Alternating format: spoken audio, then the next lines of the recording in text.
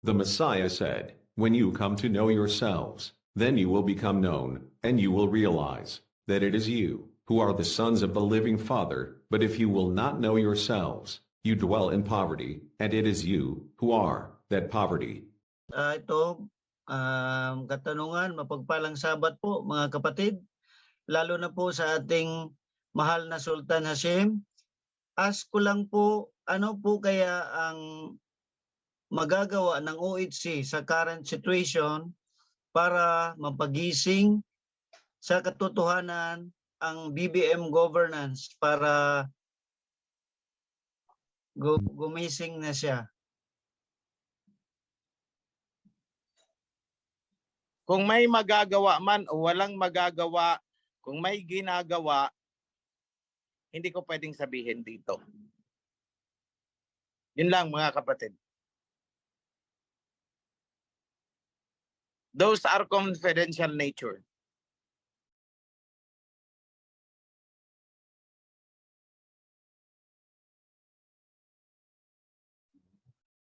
Naririnig po ba ako, mga kapatid, citizens of the kingdom? Go ahead. Sinasamantala ko na lang ito kasi nagagala kami na marinig ng Sultan Hashim. Yun, ang katanungan ko po, mahal na Sultan, in the time of Moses, he is the father of multitude. So ngayon sa kapanahunan ba natin, sa kapanahunan ba na end times, the multitude will also come? Yun lang po, mahal na Sultan.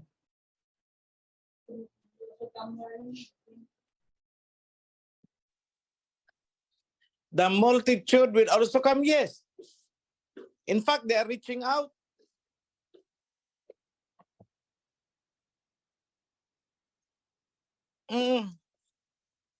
Darating ba ang multitude? Oo. O tingnan nyo sa sarili nyo, multitude na tayo We are more than just, more than the count of our fingers. Pag umabot ka ng 1,000, that is already considered as a multitude. Yung pag tiningnan mo, hindi mo na mabilang agad-agad, that is already a multitude. Ngayon, if you are thinking of multitude in a grand scale, ibig sabihin, multiracial, yes, we are moving into that. Kailangan lang matapos natin ang temple. So, gawin lang natin ang dapat natin gawin. Kasi ang pagtatawag dyan is, ang aba ang gagawa niyan eh. In fact, nararamdaman ko na kasi may mga nag-reach out sa atin, ibang lahi na. And they are planning to come. So ang tanong, handa ba tayong tanggapin sila at makipag-integrate sa kanila?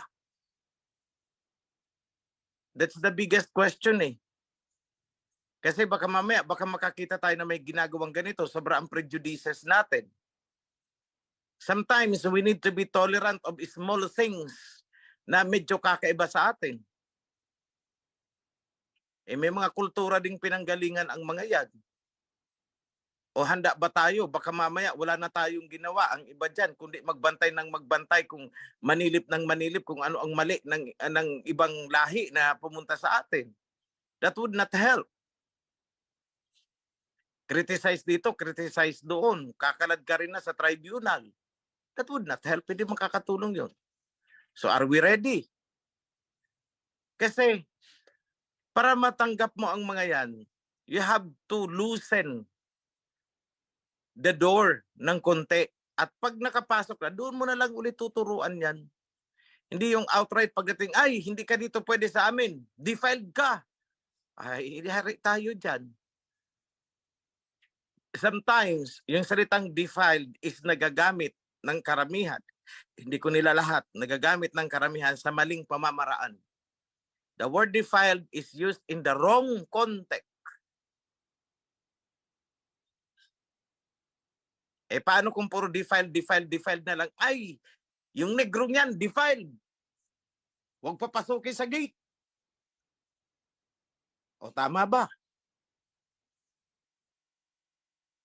Oh, paano kung pagdating dito may nakahikaw pa sa ilong? Are we ready? Naku, slave of Egypt pa yan.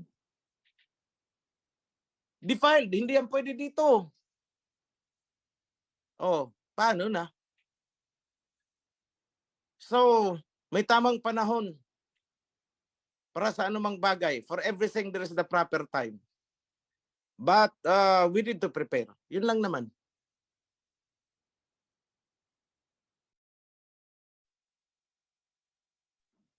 I hope I answered the question. Mapagpalang tanghali sa lahat, especially sa ating mahal na Sultan Hashim at sa ating priesthood headed by our Prime Minister Ben Sinen at sa lahat na kawan sa buong mundo, mapagpalang sa Happy Sabbath sa ating lahat. Actually, marami kami dito ngayon, puro lalaki lahat. Sabi nga nila, natsatsalin sila dahil sa binitawan na salita ng ating mahal na sultan. Sabi nila, lalo tayo tumatapang dito. Pero ang sabi ko, tumatapang lang tayo kung alam natin ang katotohanan. Actually, bago ako magtanong, bigyan ako ng kunting sa aming pinag-usapan dito. Kasi kung titingnan natin dito, pwede natin kasi sa sinabi ng mahal na hari na yun kanina na itisting lang nila na galawin ako. Hindi lang nila nakikita kung ano karami ang pwedeng tumulong sa akin. Nakita namin, kasi marami kami dito, nag-usap-usap kami, nakita namin dyan ang halimbawa sa story sa life ni Eliseo at sa story sa life ni King si Kanirib na 185,000 versus outnumber Israelite, isang tulog lang ni si Kanirib, pagising na patay ng 185,000, umuwi sa naluwaan, natalo siya sa labanan na walang labanan na nangyari. Pero ang aking ang tanong ngayon, ito ay tungkol, address talaga ito sa ating mahal na sultan dahil malapit na kasi ang koronisyon. Mahal na sultan, ano ba ang ibig sabihin ng talinhaga dyan sa Mateo about sa trigo at saka damo na sumabay tumubo? Sa panahon ba ito natin ngayon o sa hinaharap pa? Salamat po, mahal na sultan. Yan lang po. Okay. Yung trigo na sabay sa damo na ang sabi ay huwag munang bubunutin dahil madadama yung trigo. Tama? Tama. Okay. Padating yan sa hinaharap pero unti-unti na tayong nagsisimula dyan pero pinigilan eh. So in the same manner, huwag muna ngayon. May tamang panahon dyan na talagang maa-uproot sila. Bubunutin talaga yan at itatapon sa apoy. Ibig sabihin, i-destroy, destruction. But not yet. Kasi ang hinahanap natin ngayon ay mga reapers. Nandun tayo sa punto na hinug na ang mga aanihin pero kulang ang mga taga-ani. Nandun tayo sa panahon na yon. Yan lang kapatid ang sagot.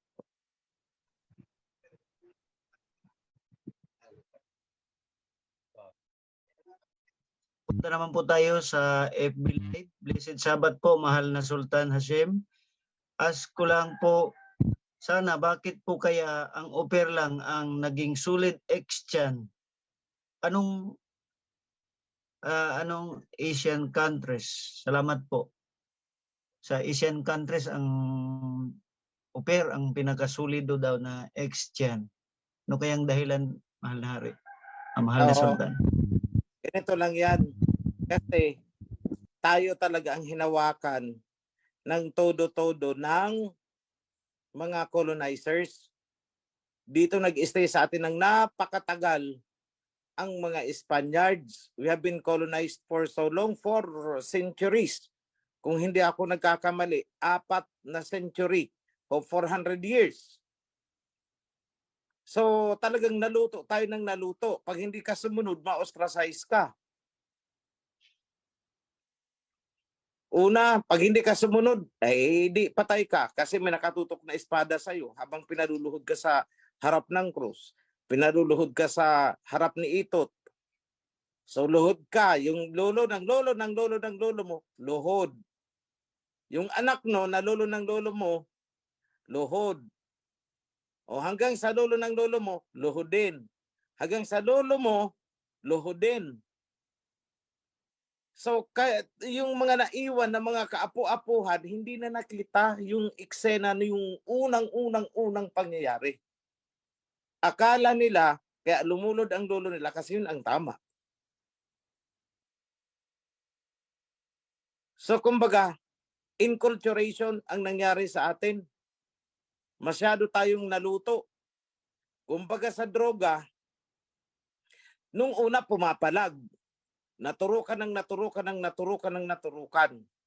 Pag hindi naturukan, may withdrawal symptoms, nagsisisure, nagkukumbulsyon. So kailangan ulit ng another turok.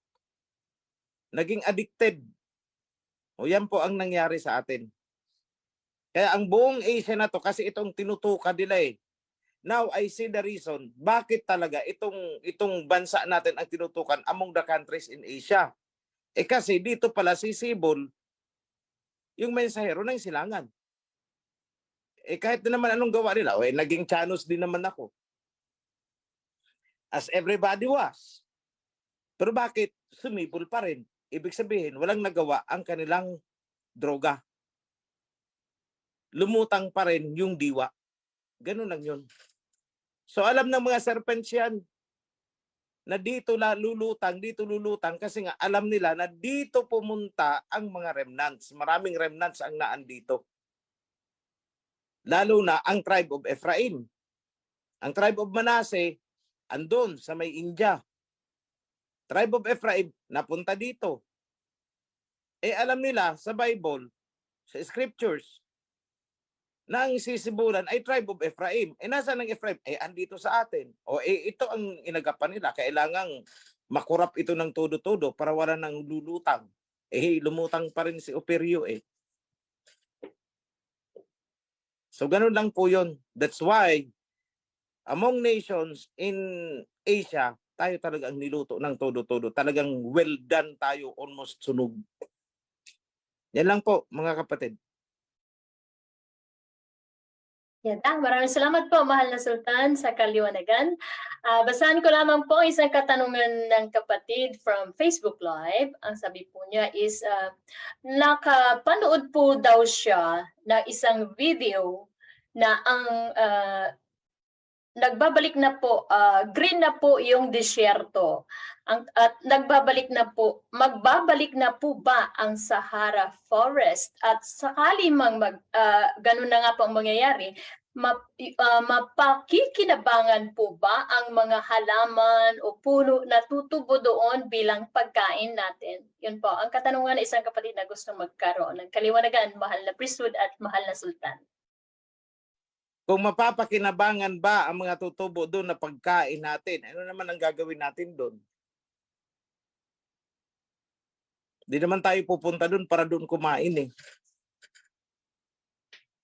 Pero kung yan sa muling pag-recover ng Sahara, yes. The Sahara Desert is recovering. Kasi magkakaroon ng realignment, well, I should not be touching on this. Magkakaroon ng realignment yung gravity ng mga planets. Kasi that is preparation for the arrival of King Yahawashi. Kasi di ba tinilt lang naman yan during the time of Adam and Eve. Nagtilt, kaya natuyo yan. I'm sorry, yung first couple, not Adam and Eve. Nagtilt yan. Natuyo, namatay ang mga halaman dyan. So, si Adama at saka si Hawa ay dito sa atin ginawa. Kasi ito ang green. So, it will return. Maghihil ang mundo eh. Pero bago man yan maghihil, may interrupt yan. May interrupt yan kasi andyan na nga yung andyan na nga yung mga digmaan yan eh. But if not because of that, gradually, the Sahara will recover. Yan lang po. Pero hindi tayo pupunta doon para doon kakain ha. May pagkain tayo dito. Yada, maraming salamat po aming mahal na sultan sa kapaliwanagan. At katanungan po mula dito sa FB Live pa rin. Mapagpalang Sabat po, Sultan Hashim, Priesthood at sa lahat ng bumubuo ng makalangit na kaharian. May katanungan po ako, panahon po ba para malinawan at malaman po namin yung 7 seals o 7 trumpets and bowls at kung ano-ano po ang mga ito?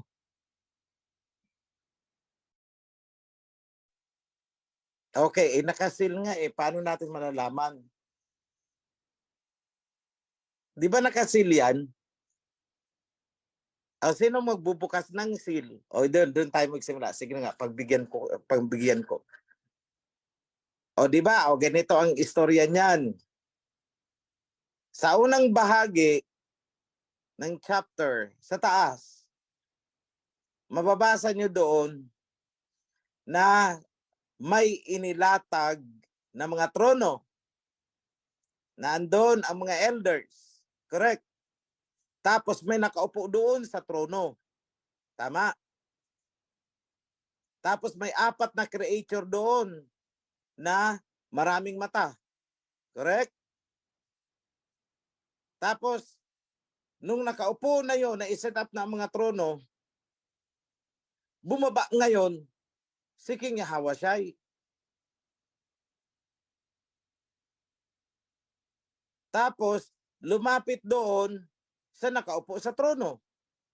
Tapos yung nakaupo sa trono, iniabot yung seal, yung scroll na nasisilyuhan, kasi nga, walang makapagbukas Iniabot kay King Yahawashi. Ang symbol niya dyan sa Book of Revelation is Lamb, the Lamb of Judah. Iniabot kay King Yahawashi. Nung iniabot kay King Yahawashi, binuksan ni King Yahawashi ang seal. At sumunod-sunod na yung yung mga trumpets, yung mga plagues, etc., etc. Correct? Asan na kaya mga priest? Tulog na siguro, naghihilik na yata.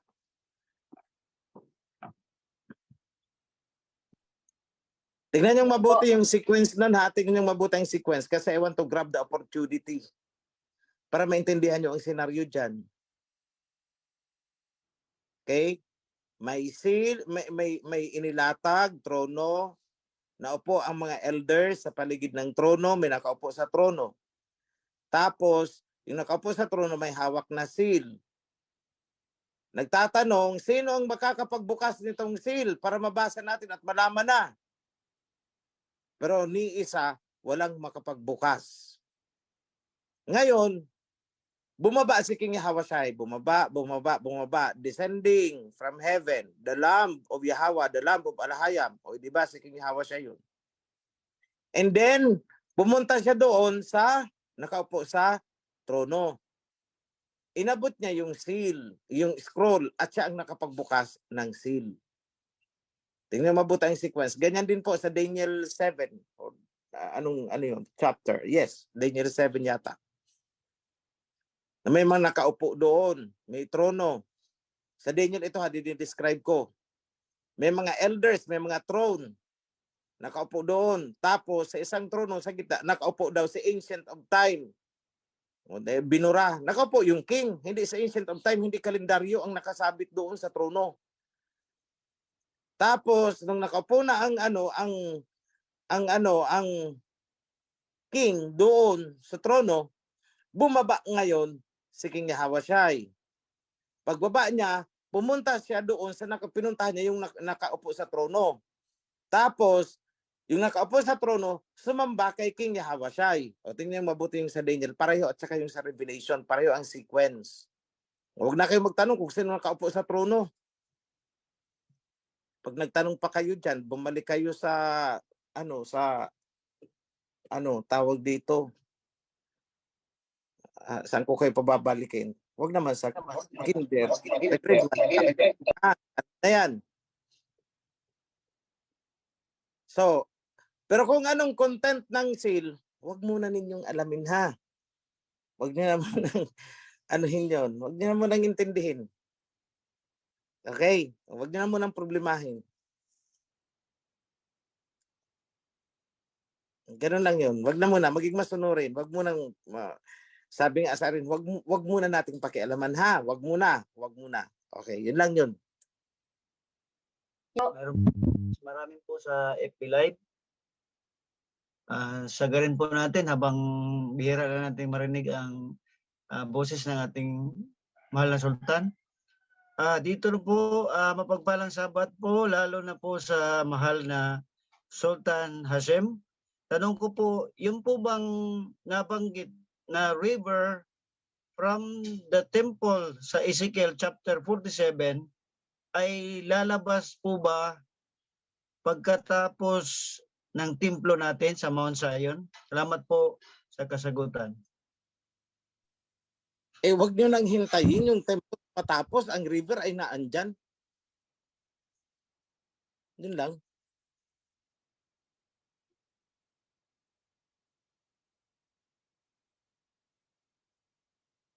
Next question. Mahal na Sultan, I'm sorry. May isang out of topic po dito na gustong magkaroon ng kaliwanagan ng isang kapatid. Ang sabi po niya is, ang kasagutan po ba ng kawan ay ang modular na isa sa aklat na darating mayroon pa po ba o yun na po? Ang gusto po niyang magkaroon ng kaliwanagan mula po sa inyo. Maraming salamat po. Nahilo ako sa tanong eh. Anong modular? Ano ba yun? Sabi po, tanong ko po, mahal na Sultan, na ang mga kasagutan po ba ng kawan sa modular ay isa sa mga aklat na darating o alalang po? Yun po ang nakasulat sa tanong ng kapatid. Ang kasagutan ng kawan sa modular ay magiging isang aklat? Ang kasagutan po ba ng kawan sa modular ay isa sa aklat na darating po ba? Isa sa aklat. In short, ililimbag. Bakit naman ililimbag ang result ng test paper?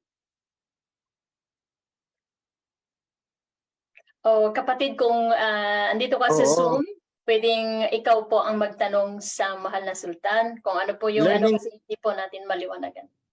Ang naiintindihan ko sa modular is learning material yon. Parang modular ng, di ba, nag-COVID, nag-modular ang mga estudyante o ganun din lang yun. So yung mga sagot nila doon, ang iba doon may 0, may 50, may itlog, may bukya. O bakit natin isa sa aklat yan? Marahil, mahal na Sultan, siguro yung mga PTT ng ating priesthood, yan siguro ang tinutukoy niya po dito na kung isa sa aklat po ba yung mga modulars na tinuturo ng priesthood. Yun po siguro. Oo. Hindi, sis, ang tinatanong niya is yung mga sagot. Tingnan mo, yung mga sagot ba ay isa sa aklat? O di ba? O hindi yung module ang tinatanong niya, kundi yung mga sagot nila kung isa sa aklat. Di ba? O klarado naman ang tanong eh. Ang sagot ko ay hindi. Walang purpose.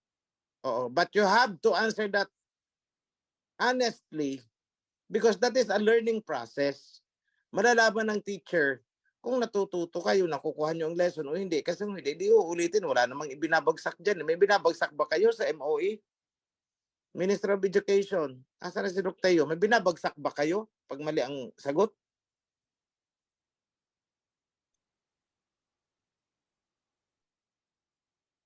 Wala na talaga. Kumakain na itong mga priest na to. Mahal na priesthood. Sige. Wala na, kumakain na. Baka mabulok. Sige. Wala po, mahal na Sultan. May isa pong katanungan dito, gusto lang pong basahin at gusto magkaroon ng kaliwanagan ng kapatid. Ang sabi po niya is, ang governance po ba ng tribu at sa kingdom ay iisa o magkakahiwalay po? Gusto lang po nilang magkaroon ng katugunan mula sa inyo. Maraming salamat po, Govern- Student.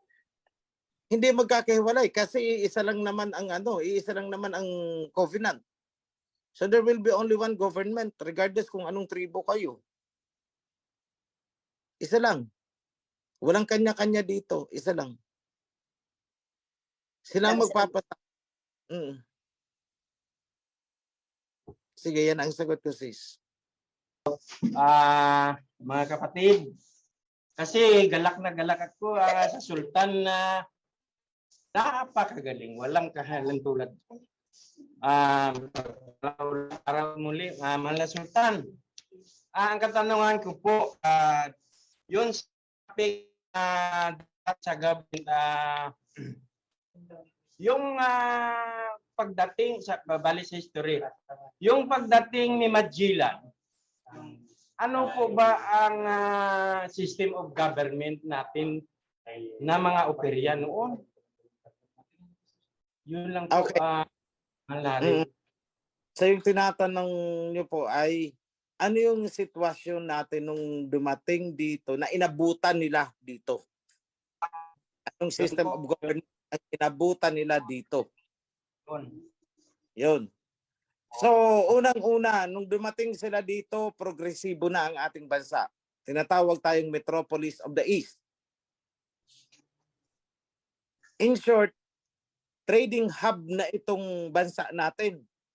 Nakikipag-trading na tayo sa Hong Kong, China, neighboring countries natin. So parang economic center na ito ng East. So Metropolis of the East ang tawag dito sa Manila na to. Yan ang inabutan dito sa Magellan. And ang form of government at the time is federal. May mga local dato-dato sila. Mga dato-dato sila. Kaya nga, may dato. So, may dato Sumakwel, may dato, mga raha pa nila. Mga raha-raha. Dato Marikudu, yan. So there is an existence of government no matter how informal it is. Informal. Kasi doon sa ancient Israelites natin, informal baga ang head ng mga community doon ay mga elder. Yada. So in the same manner, yun din naman hanggang pagdating nila dito. Although pagdating sa pag may mga invader, nagkakaisa ang mga yan. But otherwise, may kanya-kanyang mga pamumuhayan. Parang 12 tribes. Ganon, nung nagsimula pa lang. 12 tribes yan. Magkaka-neighbor lang naman ang mga area nila. May mga kanya-kanya silang may mga kanya-kanya silang pamamaraan ng livestock nila o kung paano. But lahat yun is aligned with the Torah. Kasi pag hindi aligned sa Torah, ay nagagalit ang Aba noon. Outright, ini-strike sila eh. So ganyan dito noon. Kaya may mga raha-raha tayo, may mga dato-dato tayo, different areas. May raha ng Bulacan, raha ng Manila, raha ng Tondo, yung ganun, raha ng Cebu, raha ng Butuan, raha ng everywhere. And during that time, nakikipagkalakalan na sa atin ang mga Chinese. Ang tawag sa atin ng mga Chinese noon, the golden neighbor. Kasi grabe nga ang gold dito.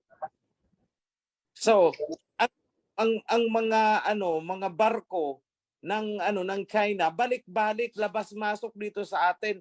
Wala namang problema. Walang sinasaktan ang mga Chinese dito. Nakikipag-trading lang sila, nakikipag-barter sila or whatsoever.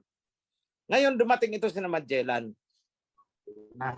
Kinontrol nila ang mga tao politically, religion, kinontrol nila, ipinasok ang itot-itot, idolatry, ipinasok. Tapos, yung ating komersyo, binuwag nila ang tinatawag na Maritime Silk Road. Kasi nakakabit tayo sa Silk Road, Ancient Silk Road of China. Nakakabit tayo sa Maritime Silk Road of China. Binuwag nila yan. Anong ginawa ng mga Kastila? ipinalit nila ang galleon trade. O yun, alam na ninyo ang galleon trade. Naririnig na ninyo yan. Kasi sobra ang inggit nitong mga puti na to. Noon pa man, kung paano nilang inaapakan ang China ngayon, walang pinag-iba noon pa yan. Ganyan ang ginagawa nila. Tingnan nyo, ibinabangon, nire-revive ng China ang Silk Road. O anong ginagawa nila ngayon? O sa kagustuhan nila strike, ini-strike nila ang China, nagsasuffer tuloy sila. Tingnan nyo. Sinanksyon nila ang Russia. O, sanksyonin mo ba naman na hindi ka pwede magbenta ng iyong panggatong? Eh, di sila sa Europe ang walang panggatong. Eh, kung hindi ba naman mga dakilang tanga? Di ba? Katangahan eh.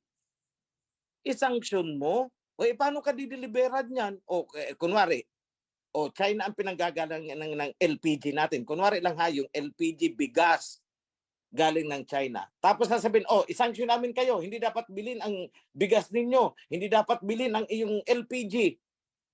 Ano nangyari sa atin? Hindi kamote. Ganun katanga ang Europe. Ganun katanga si Biden. Kasi kung matalino siya, hindi malulubog sa utang ang Amerika. $30 trillion sa buong mundo siya ang may pinakamalaking utang. Kala ninyo progressive ang Amerika? No. Yan ang propaganda na ginawa nila na well-to-do sila, elite sila, mayaman sila. Hindi mayaman, mayabang. Yun yung totoo dyan.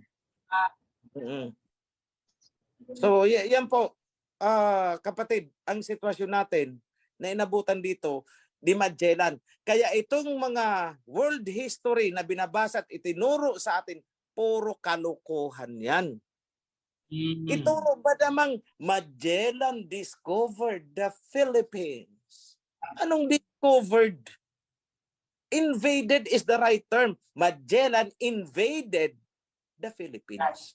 Philippines, hindi naman tayo Philippines. Ophir.